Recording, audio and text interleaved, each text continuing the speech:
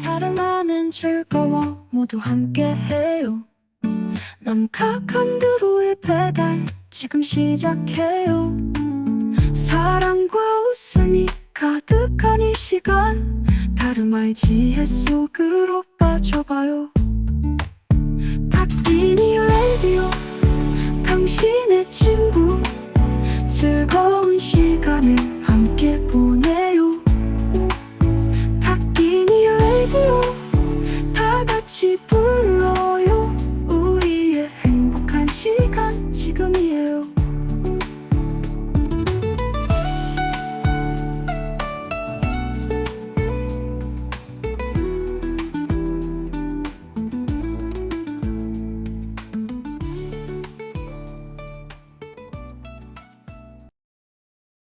어서 오세요. 반갑습니다. 남카 칸드로입니다.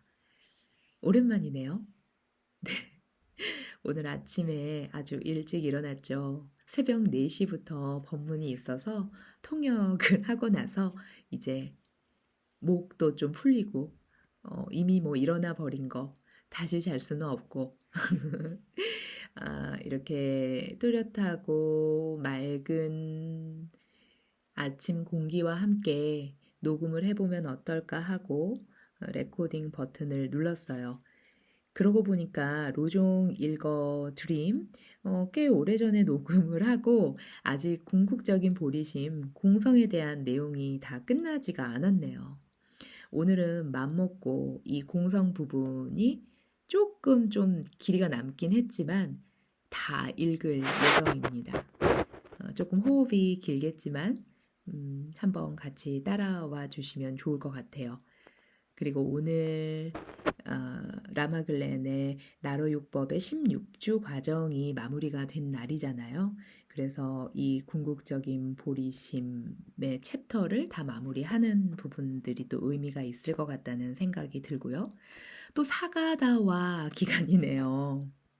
우리가 하는 어떤 행위든 100만 번의 공덕이 된다는 그 사가다와의 기간 동안에 또 그럴 생각은 없었지만 이 부분이 공덕이 100만 배가 되도록 또 저도 읽어보겠습니다. 여러분도 들으시는 여러분도 이 법을 듣는 공덕이 100만 번이 되는 그러한 축복을 함께 누렸으면 좋겠네요. 그럼 지금부터 로종 읽어 드림 시작해 보도록 하겠습니다.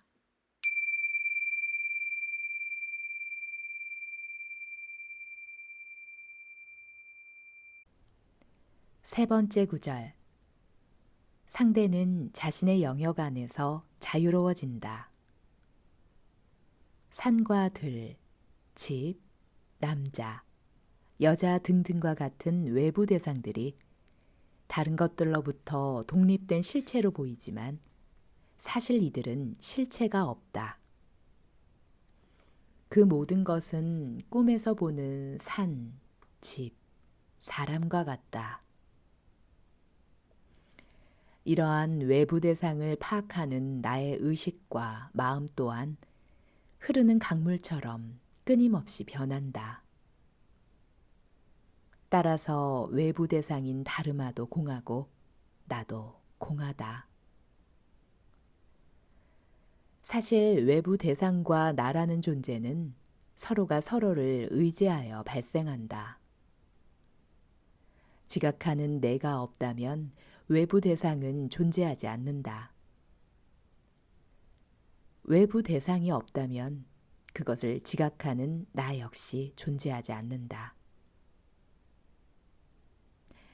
대상과 주체는 상호 의존적이며 서로 독립적으로 존재하지 않는다. 그런데 우리가 대상도 주체도 공하다는 것을 알게 되었다고 해도 그것을 아는 지각은 실제한다고 느낀다. 지각되는 외부 대상도 지각하는 나도 없다면 공에 대한 지각도 성립하지 않는다.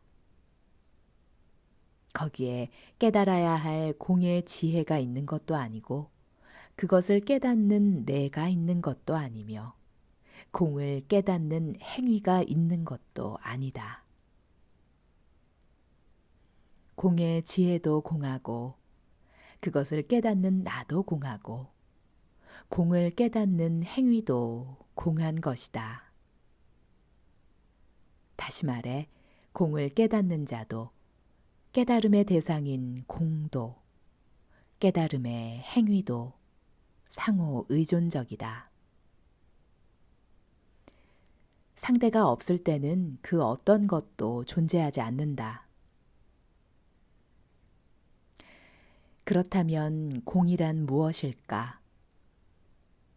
공은 어떤 특정한 것을 가리키기보다 사물의 진실이 우리가 경험하는 것과 다름을 의미한다고 할 수 있다. 진실은 우리가 평소 경험하고 알고 있는 것과는 다르다.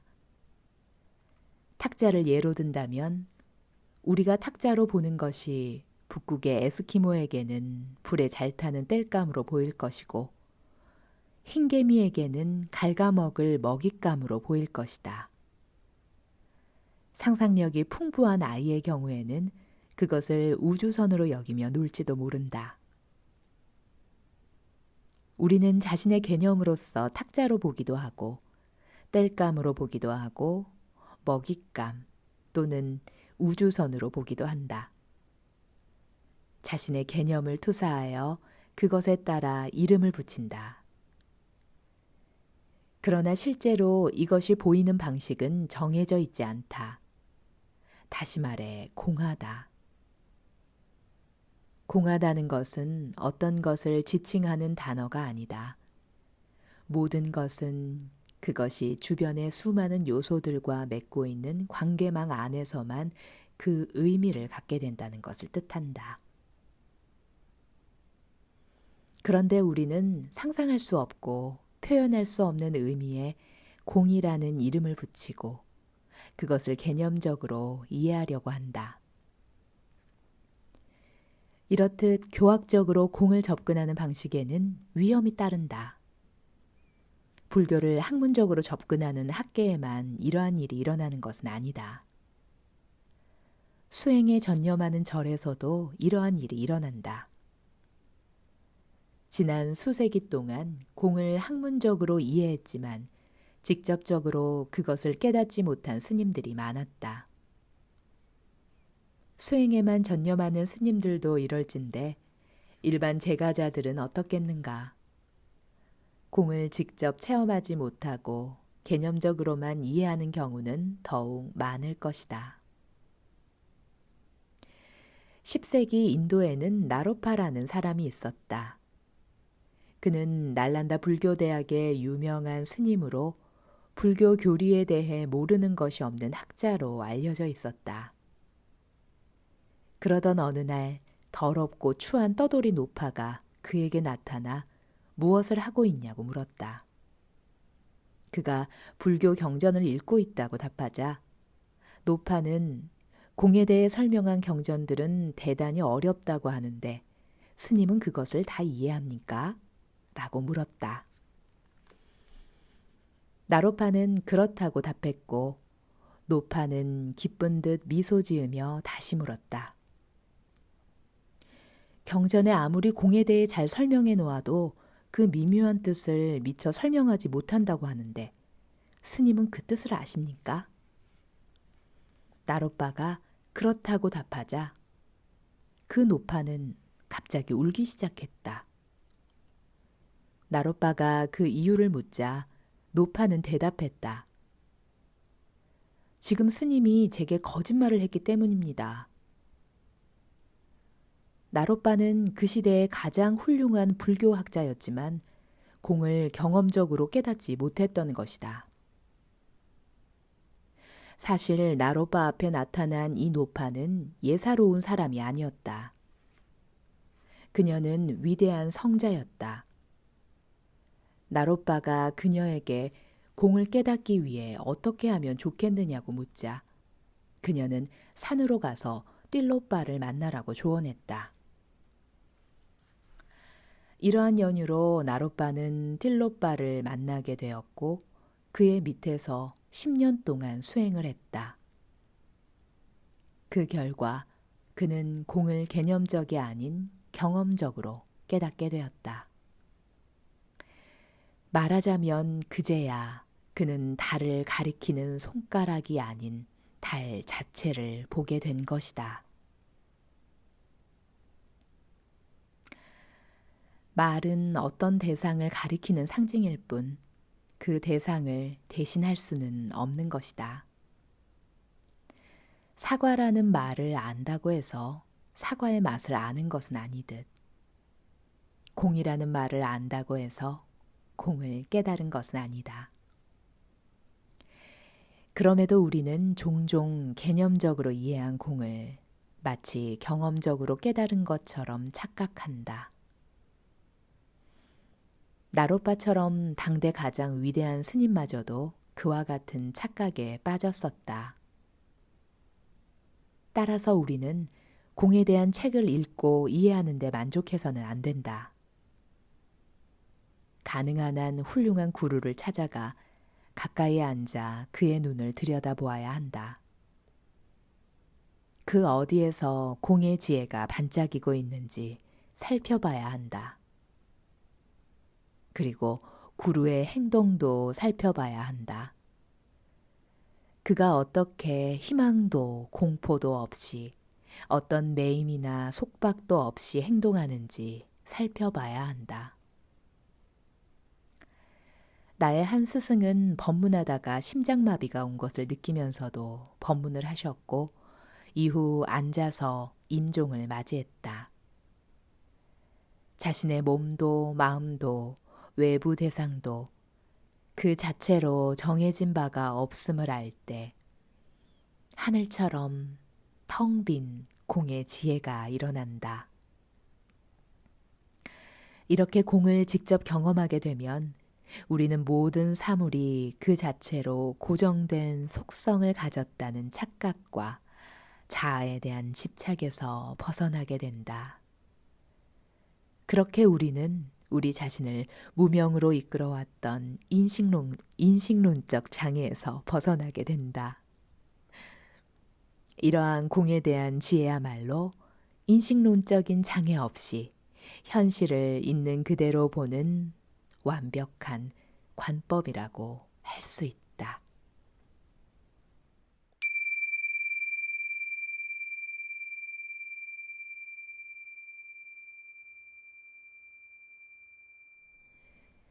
공을 체험하기 위한 3가지 요소. 공을 직접적으로 체험하기 위해서는 3가지 요소가 갖춰져야 한다. 그 첫 번째는 알아차림이다. 알아차림은 8정도의 정념에 해당하는데 팔리어로는 사띠, 산스크리트어로는 스므리띠라고 한다. 스므리띠는 기억하다 또는 환기하다는 뜻으로 대상을 지각하고 문지기처럼 계속 마음속에 잡아두는 것을 의미한다. 공을 체험하기 위한 2번째 요소는 자신이 알아차림을 계속 유지할 수 있도록 그런 자신을 지켜보는 능력이다. 이것을 산스크리트어로는 삼프라자냐라고 하는데 정지라는 뜻을 가지고 있다. 이는 마치 자신의 마음이 2사람에게로 나누어져 한 사람이 알아차림을 하는 동안 나머지 한 사람이 그 사람이 알아차림을 잘하고 있는지 감시하는 것이다. 만약 알아차림하는 사람이 산만해지고 알아차림이 약해졌다면 그것을 감시하는 사람이 한국 선방에서처럼 죽비를 내려쳐 정신 차리라고 경고하는 것과 같다고 할 수 있다. 알아차림과 그것을 유지할 수 있도록 감시하는 것. 정념과 정지는 빗바사나 수행의 핵심이다. 정념과 정지를 유지하는 데 바탕이 되는 강력한 집중력, 즉 사마타는 공을 체험하기 위해 갖춰야 할 3번째 요소이다. 사마타는 8정도의 정정에 해당한다. 사마타가 바탕이 되지 않으면 빗바사나 수행은 큰 진전이 없다. 알아차림인 정념과 자기 경계인 정지, 집중력인 정정이 튼튼하게 받쳐줄 때 우리는 공성을 직접적으로 경험할 수 있게 된다. 이러한 공에 대한 경험이 반복되면 공에 대한 지혜는 바즈라처럼 단단해진다. 이렇게 단단해진 바즈라는 모든 정신적 오류들을 부술 수 있다. 물론 공을 깨닫는 것은 쉬운 일이 아니다. 더구나 그것을 다른 사람에게 설명한다는 것은 더욱 어려운 일이다. 그래서 붓다는 깨달음을 얻고 그 이후 그것을 가르치는 데 주저했다. 공에 대한 체험은 우리의 일상적인 경험과는 반대되기 때문이다. 다행히도 붓다는 일주일간 고민한 끝에 그것을 다른 존재들에게 가르치기로 했다. 비록 많은 사람이 공을 이해하지 못할지라도 몇 사람만은 그것을 깨달을 수 있을 거로 생각했다. 그리고 적어도 공에 대해 이해해 보려고 노력하게 될 것으로 생각했다. 그러한 붓다의 결정과 생각 때문에 공에 대한 가르침이 지금 우리에게까지 전해지게 되었다.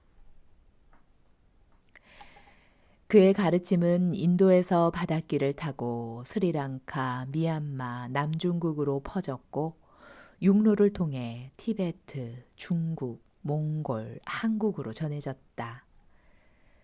각 문화나 지역에서 공에 대한 수많은 논의들이 이어졌다. 그러나 나가르주나가 말한 것처럼 공은 언어나 개념이 아니라 오로지 경험을 통해서만 알 수 있다. 따라서 우리가 이야기할 수 있는 것은 공 자체가 아니라 공을 깨닫는 방편에 불과한 것이다.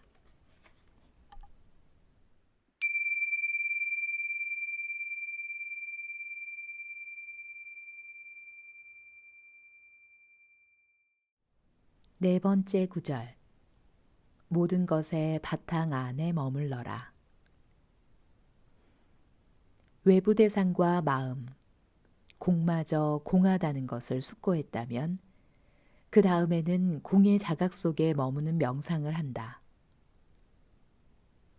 티베트 대장경 안에는 많은 책이 있는데 그 중에서 가장 중요한 것이 나가르주나와 아상가의 논서들이다. 나가르주나와 아상가는 석가모니 붓다 이후로 가장 위대한 스승이라고 할 수 있다. 그런데 나가르주나와 아상가의 공에 대한 입장은 조금 다르다. 나가르주나 용수보살의 입장에서 볼 때 공에 머문다는 것은 실제하는 것과 실제하지 않는 것 가운데 머무는 것이다. 공에 대해 명상할 때 우리는 실제하는 측면과 실제하지 않는 측면을 동시에 본다. 예를 들어 불임의 여자가 꿈속에서 임신했다고 한다면 실제한다는 측면에서 볼 때 그녀는 꿈속이긴 하나 아이를 가진 것이다. 한편 실제하지 않는다는 측면에서 볼 때 꿈이란 실제하지 않는 허구이기 때문에 꿈속의 아이는 실제하지 않는다. 다시 말해 꿈속의 아이는 실제하지 않지만 그 여자는 꿈속에서 아이를 가졌고 그 때문에 기뻐하고 행복해한다. 그렇다면 실제하지 않는다고 할 수 없다. 이러한 경우 실제한다는 것과 실제하지 않는 것 가운데 머문다는 것은 꿈속의 아이가 존재한다고만 보지 말고 또 그 아이가 없다고만 보지 말라는 것이다. 이 같은 관법은 어디에든 적용할 수 있다. 가령 명상 중에 우리는 다리가 아플 수 있는데 그때 느껴지는 고통을 꿈처럼 여겨야 한다.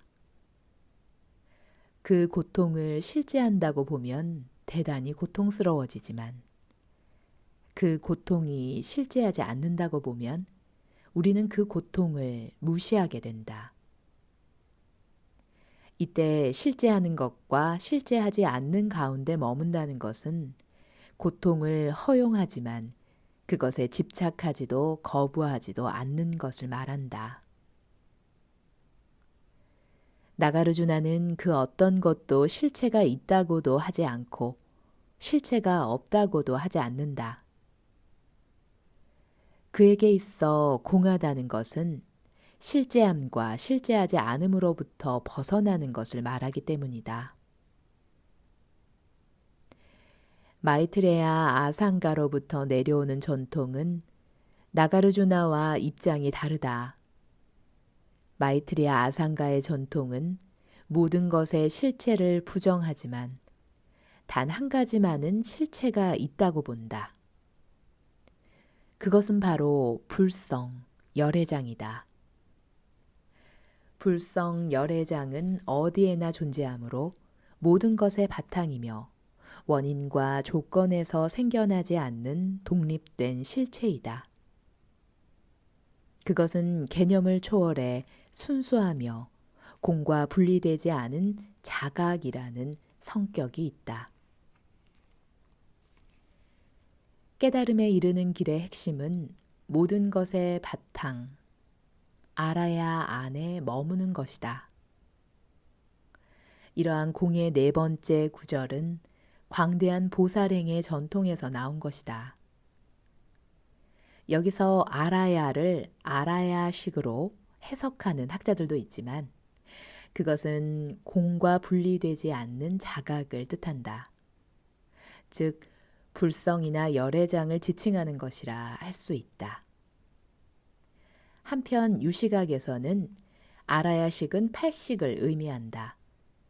시각, 청각, 미각, 후각, 촉각 등 5개의 감각의식을 오식이라고 하고 모든 정보를 처리하는 의식은 육식이라고 한다. 좋고 나쁨을 판단하는 의식은 7식, 말라야식이라고 하는데 유시각파에서는 이러한 7가지 의식이 작동할 수 있는 바탕에 8식이 있다고 본다. 8식 아라야식은 윤회의 주체로서 과거 생으로부터 온 모든 습관과 성향이 저장되어 있다. 8식 안에 저장된 성향과 습관에 따라 7식은 좋고 나쁨을 판단한다. 다시 말해 8식은 7식의 무의식적인 판단 기준이 된다. 우리가 깨닫기 위해서는 7식이라는 자기 중심성을 초월해야 한다. 그러기 위해서는 8식 안에 성향과 습관을 정화해야 한다. 그런데 일대 달라이라마는 아라야를 8식으로 여기면 철학적인 오류가 일어난다고 지적한 바가 있다. 아라야를 8식으로 보면 그것이 어떤 원인과 조건에도 상관없이 항상 존재하는 것이 되기 때문이다. 말하자면 8식은 공하지 않은 실체가 되어버린다. 또한 달라이라마는 8식은 내면에서 일어나는 모든 현상인 5식, 6식, 7식의 바탕이 될 수 있지만 외부에 있는 현실 세계의 바탕이 되지는 않는다는 사실을 지적했다. 따라서 네 번째 구절에서 말하는 아라야는 공에 대한 자각, 공성과 자각이 분리되지 않은 상태를 말한다. 사실 이러한 공에 대한 자각은 불성, 열애장이 가진 특징이다. 따라서 아라야는 불성, 열애장을 뜻한다고 할 수 있다.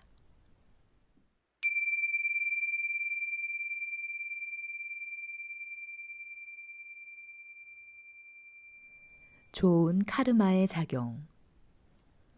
마이트레야 아상가는 우타라 탄트라에서 불성, 열애장을 2가지 측면으로 설명했다.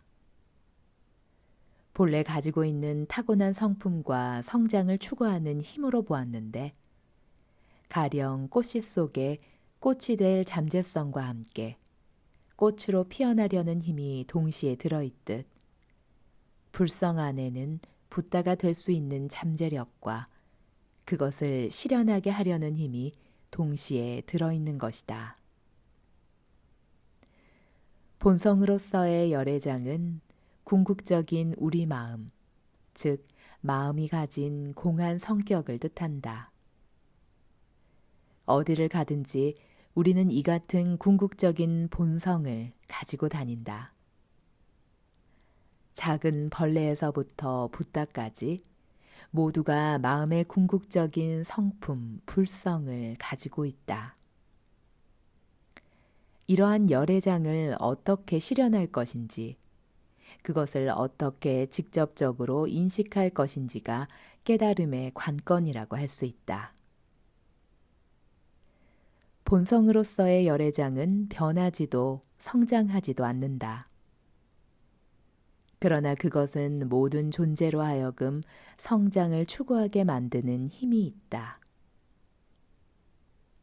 말하자면 열애장은 인간의 영혼 안에 있는 선을 추구하는 충동이라고 할 수 있다. 이러한 충동은 좋은 카르마가 남긴 커다란 보석 상자, 우리는 그 보석 상자를 열어 보석 같은 카르마의 에너지를 세속적인 방식이 아니라 깨달음이라는 목적을 위해 써야 한다. 경전에는 모든 사람이 어느 정도 좋은 카르마를 가지고 있다고 설명한다. 대개는 연속 살인마나 성범죄자, 대량 학살자와 같은 악한 사람들은 전혀 좋은 카르마를 갖고 있지 않는다고 생각하기 마련이다. 그러나 그들에게도 99%의 나쁜 카르마가 있다고 하더라도 1%의 좋은 카르마가 있다. 이와 관련된 유명한 일화들이 있는데 석가모니 붓다의 제자 중에 앙굴리말라라는 사람이 있었다. 그는 999명의 사람을 죽였음에도 불구하고 바른 길로 돌아서서 깨달음을 얻을 수 있었다. 99%의 나쁜 카르마를 가지고 있었지만 1%의 좋은 카르마도 있었기 때문이다. 밀라레빠는 또한 32명의 사람을 죽였지만 그 역시 바른 길로 돌아설 수 있었고 그 결과 한 생의 깨달음을 얻었다. 인도의 아쇼카 왕은 전쟁을 일으켜 500만 내지 1000만의 사람들을 죽였지만 자신이 가지고 있는 작은 선업의 힘으로 부정적인 행동을 버리고 긍정적인 길로 돌아설 수 있었다. 이러한 일화들은 우리에게 아주 적더라도 좋은 카르마를 가졌다면 깨달을 수 있다는 가능성을 보여준다. 이번 생에 깨달음을 얻지 못할지라도 지금까지의 부정적인 삶의 방식에서 벗어나면 깨달음의 길로 나갈 수 있는 것이다. 사실 우리가 겪는 모든 일은 카르마와 연결되어 있다. 아무리 적더라도 좋은 카르마를 가지지 않은 존재는 없기 때문에 모든 일은 우리를 깨달음으로 이끌어 진화하게 만든다고 할 수 있다. 누구에게나 있는 불성 안에는 우리를 성장시키는 힘이 있다. 그 힘은 긍정적인 에너지 흐름이다. 이것이 바로 붓다의 색신이다. 마음의 궁극적인 본성, 다시 말해 공을 자각하는 지혜는 붓다의 법신이다.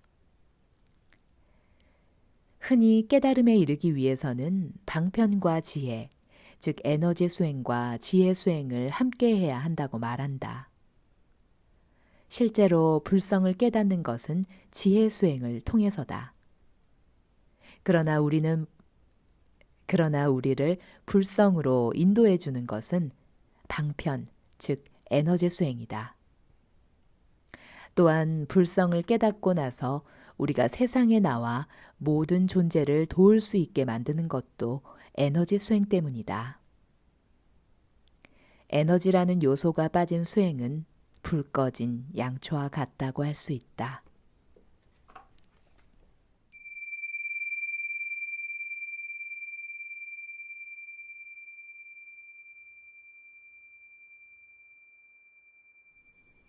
다섯 번째 구절.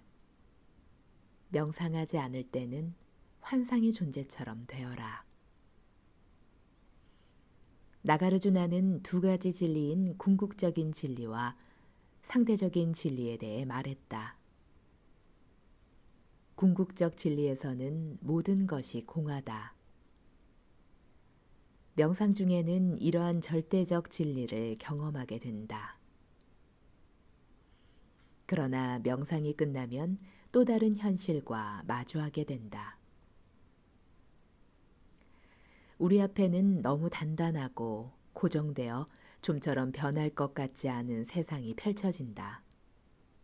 이것을 상대적인 진리라고 한다.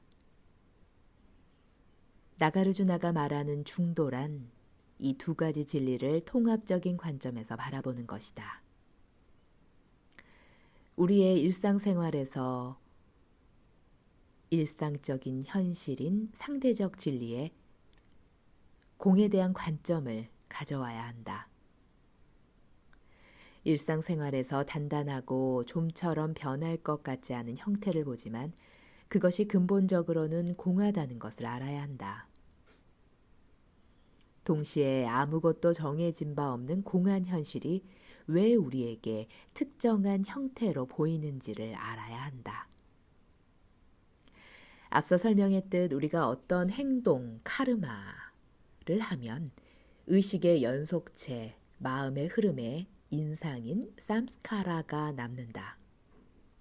그 행동이 반복되어서 그것에 대한 인상이 강해지면 하나의 습관이 된다.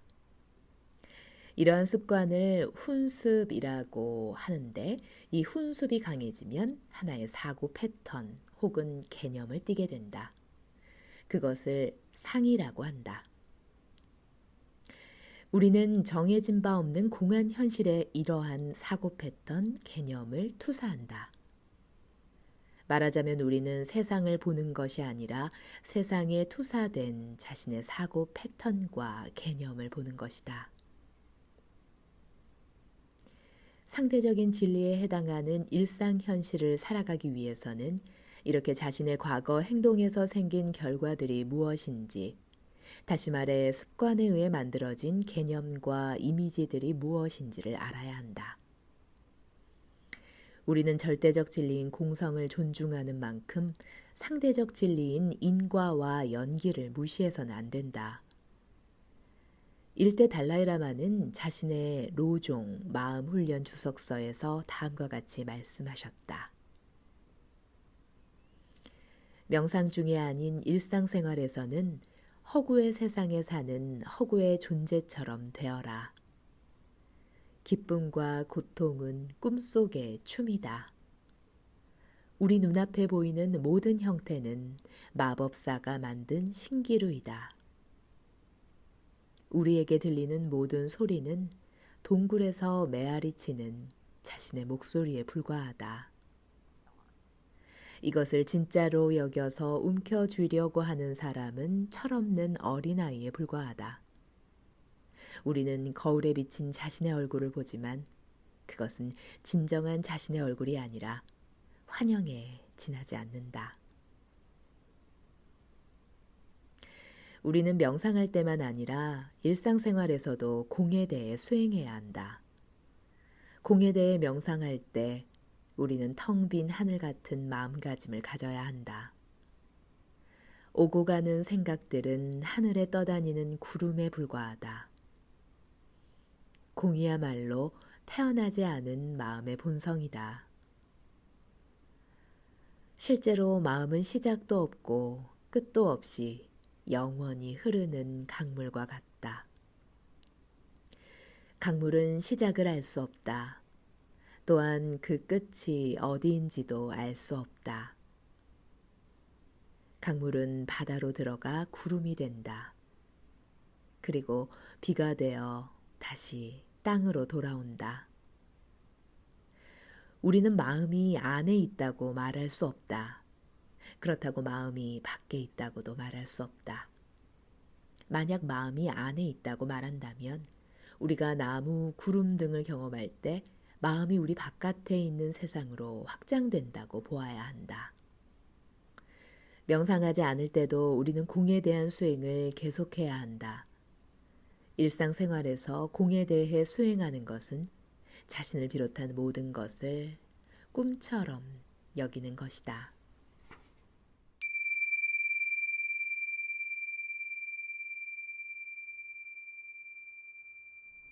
네, 로종 읽어 드림 오늘 여기까지 해서 궁극적인 보리심에 대한 이야기들을 다 마무리했네요.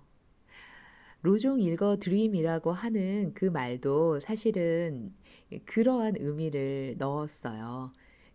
읽어 드린다라는 그러한 이제 겉으로 보이는 세속적인 그런 행위와 드림이라고 하는 꿈이다. 이 또한 이렇게 읽어 드리는 자도 이걸 듣는 자도 그리고 읽는 행위도 이 세 가지가 청정하다. 그것이 또 다 환영과 같다라는 그러한 의미로 로종 읽어 드림이라는 이름도 그렇게 만들었던 것 같아요.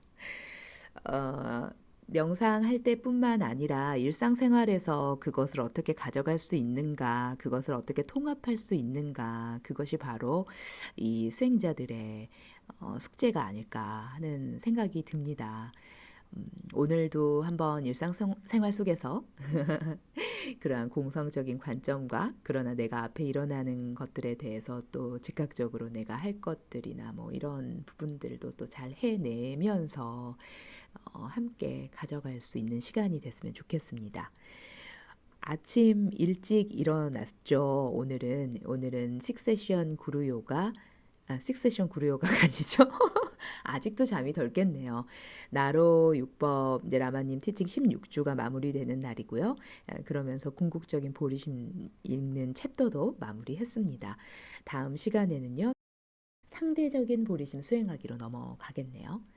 그럼 다음에 또 뵙도록 하겠습니다. 안녕. 다시는 돌아오지 않을 이 순간 라디오의 멜로디가 우리를 안아요. 남각한 드로의 다르마 배달 속에